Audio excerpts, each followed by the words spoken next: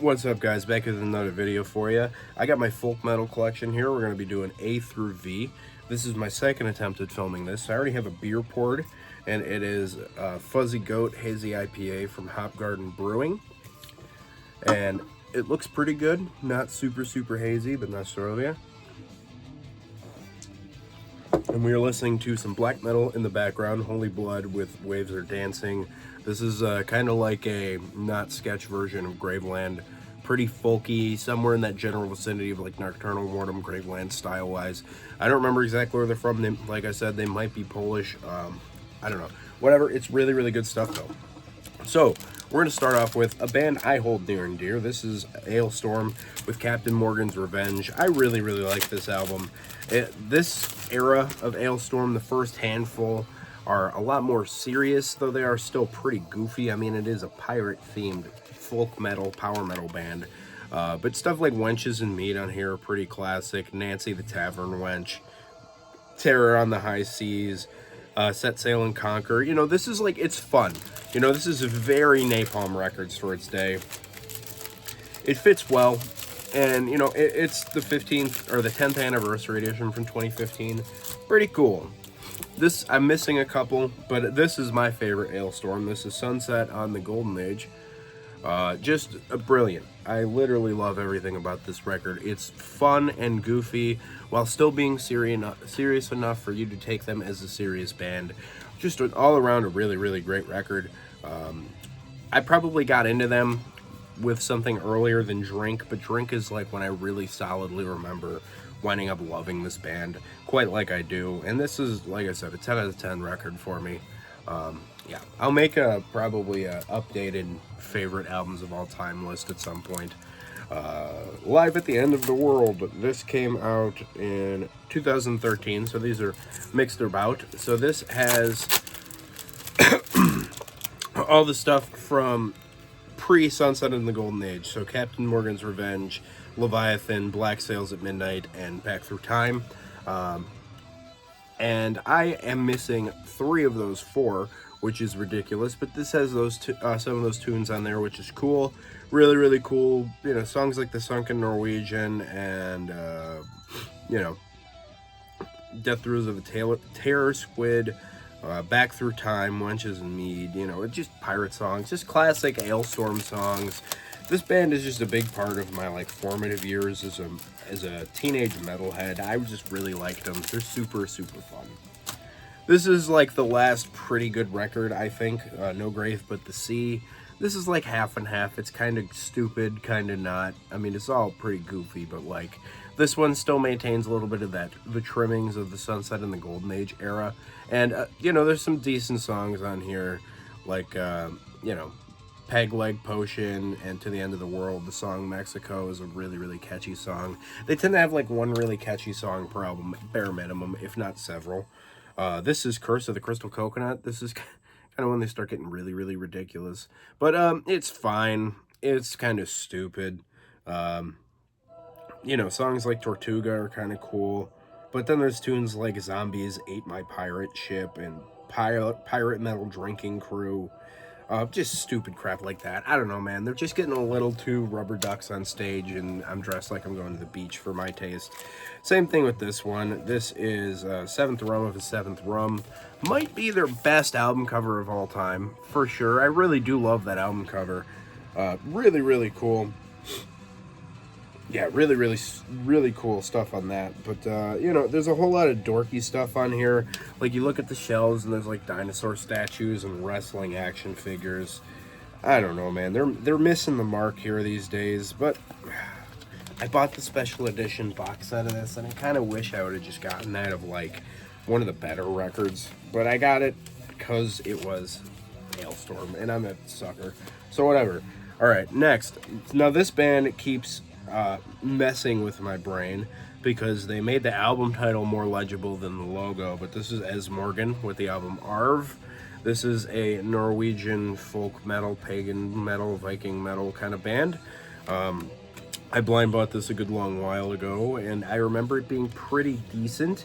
It sounds very Russian. If you're familiar with like the side of Russian black metal that's really, really folky. It kind of reminds me a lot of that. If that sounds like an interesting thing to you with a lot better production, especially being out on like Napalm Records, check this out. Next is one of the pinnacles of folk metal, The Middle Kingdom by Cruachan, or whatever, however you pronounce this. But this is a really, really great record, man. I really, really like this band. It is just melodic up the wazoo. There's great folk instrumentation, great singing. So just to give you what's going on here, there is somebody who plays a guitar, acoustic guitar, mandolin, bodhran, bones, and then somebody who plays the Irish flute, the tin whistles, the low whistle, the recorder, and the Uilleann pipes. So this is the real deal. Like, this is a real folk metal album, and it's really, really stellar. Check this out if you guys haven't. It's very Irish. Really, really great. I'm a sucker for Irish folk, so. Next, I got something from Elvenking with Weird. This is a great album. It's very, very power metal, but also very folk metal. I think they fit very well with Alestorm, but like a little bit more serious. They're a French band, and I don't think that there's any particular sound to the French metal.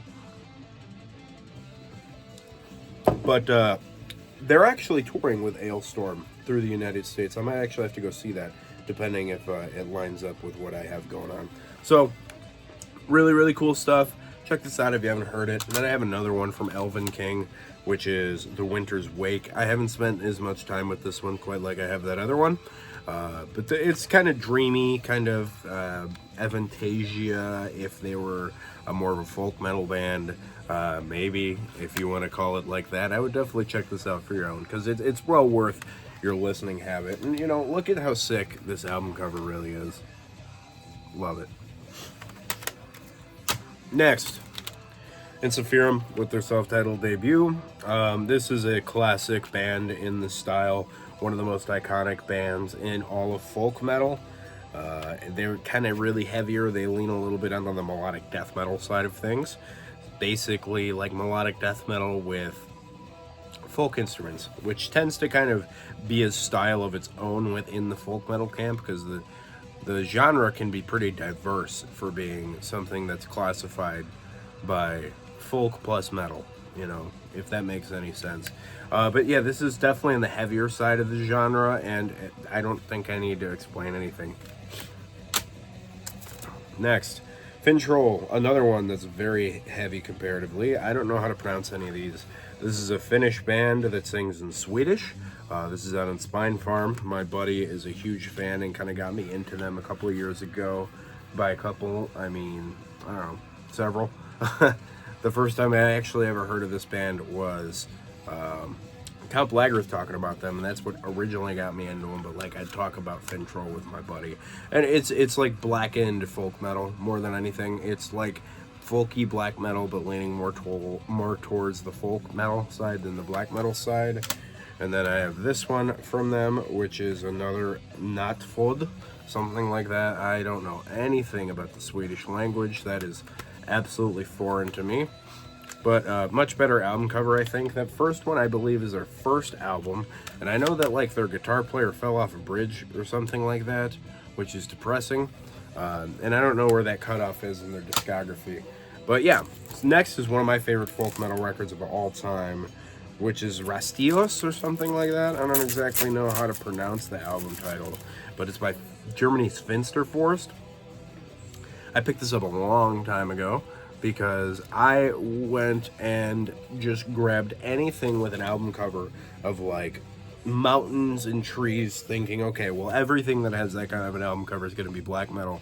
This is back when I was just getting into the genre. I was, I don't know, 15, 16 years old, maybe 17 at the oldest, probably like 16. But I just remember going out and trying to do that and getting as much of this kind of stuff as I possibly could, gobble it all up in every possible aspect. And this is not a black metal album, but it is one of the most epic, expansive, folk metal, atmospheric kind of records you've ever heard in your life. If you guys like the Viking era of Bathory and want it to be like fully realized with like a Napalm Records folk metal sound, check out Finsterforst, particularly this album. I love this record. Next, a couple from Heidevolk, which is Heidevolk, something like that. I don't know. I have a couple from this band. This stuff is actually not super easy to get a hold of. It took me several years to get a hold of this.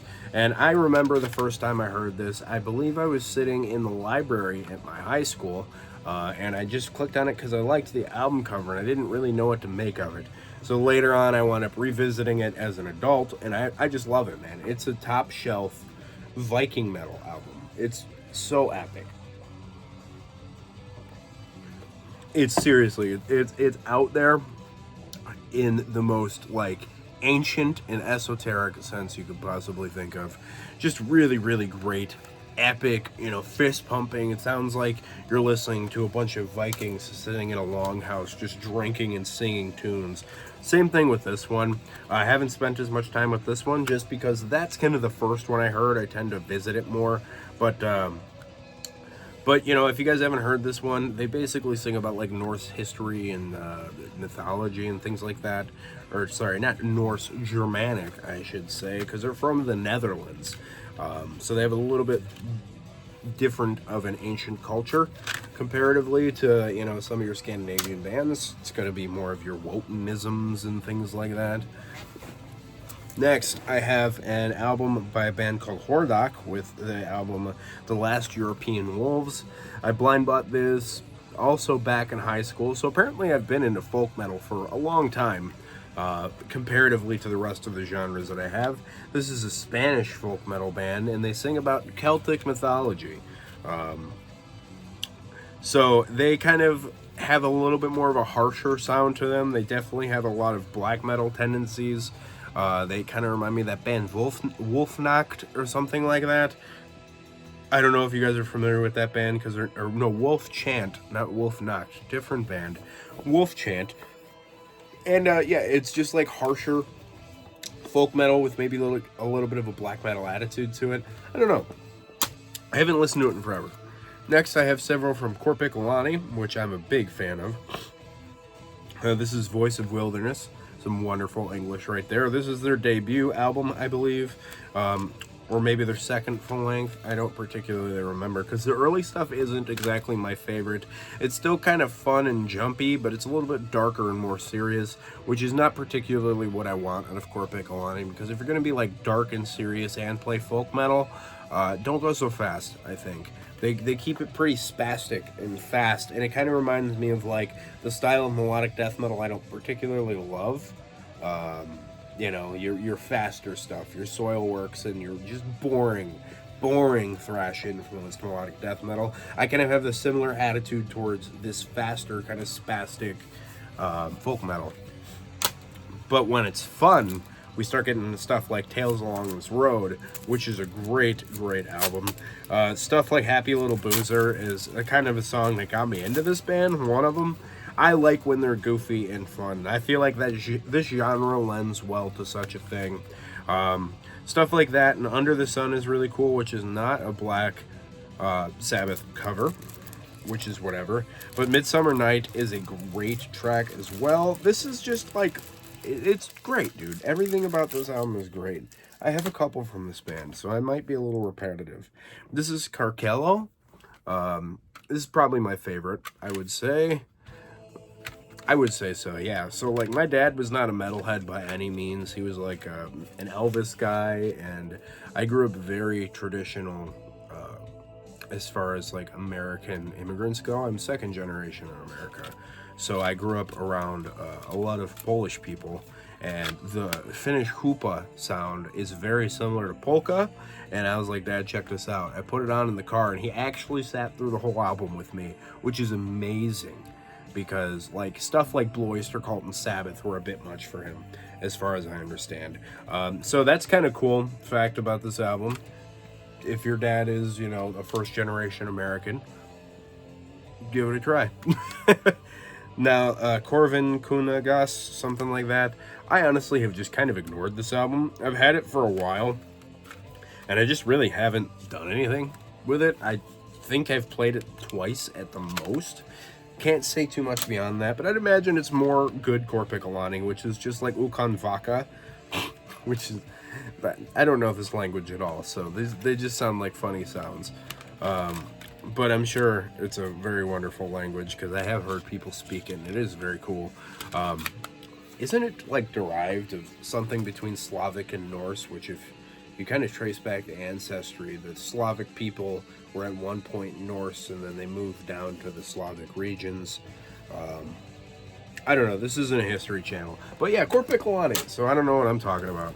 Next, something I wish I liked more than I did. This is Jonah's Ark by Skyclad. So obviously founded by ex-members of Sabbat from the UK.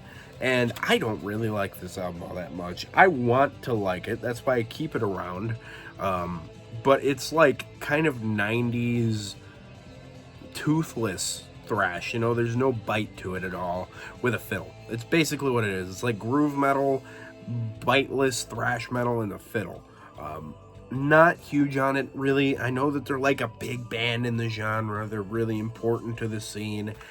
I just can't get into it. Maybe I should listen to one of their earlier records, because this is maybe their third record, if I remember right. I just blind bought this off Discogs in a big lot of power metal one day. So, Skyclad. Next, I have some from Tyr. This is Ragnarok. This is a band from...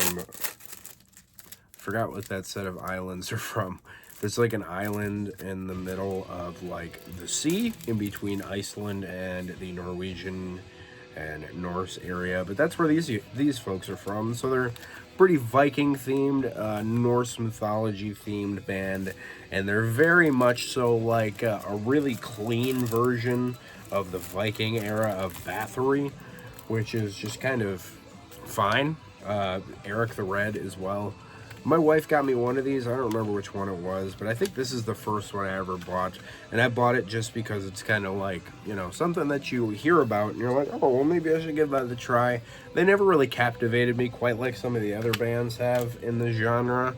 I think this is one she got me. This is just Land, which is an awful name for an album. They're just going to call it Land. Are you kidding? This looks like it's going to be a real pain to get out of the sleeve, and I really don't feel like dealing with it right now. So, I'm just going to leave it in there. They're a pretty good band. Not as amazed with them as some of the other things that I have heard, but whatever. Then I got two things I picked up blind from CDN Records a while back like when I first started ordering stuff, when I had my own money. I have two from Volknot. I have Le Sacrifice de Amir and Chance de Gruyere. Or Guerrier, something like that. I don't know. This is a Canadian band. Symphonic, black folk metal, somewhere in that general vicinity. Really, really cool. It kind of sounds like more like a Monomarth than it does black metal, but it's really decent, and I really love that album cover. That's something that I picked up because of that amazing album cover. I just have a thing for giant monsters. I don't know what my deal is. I'm just infatuated with such things.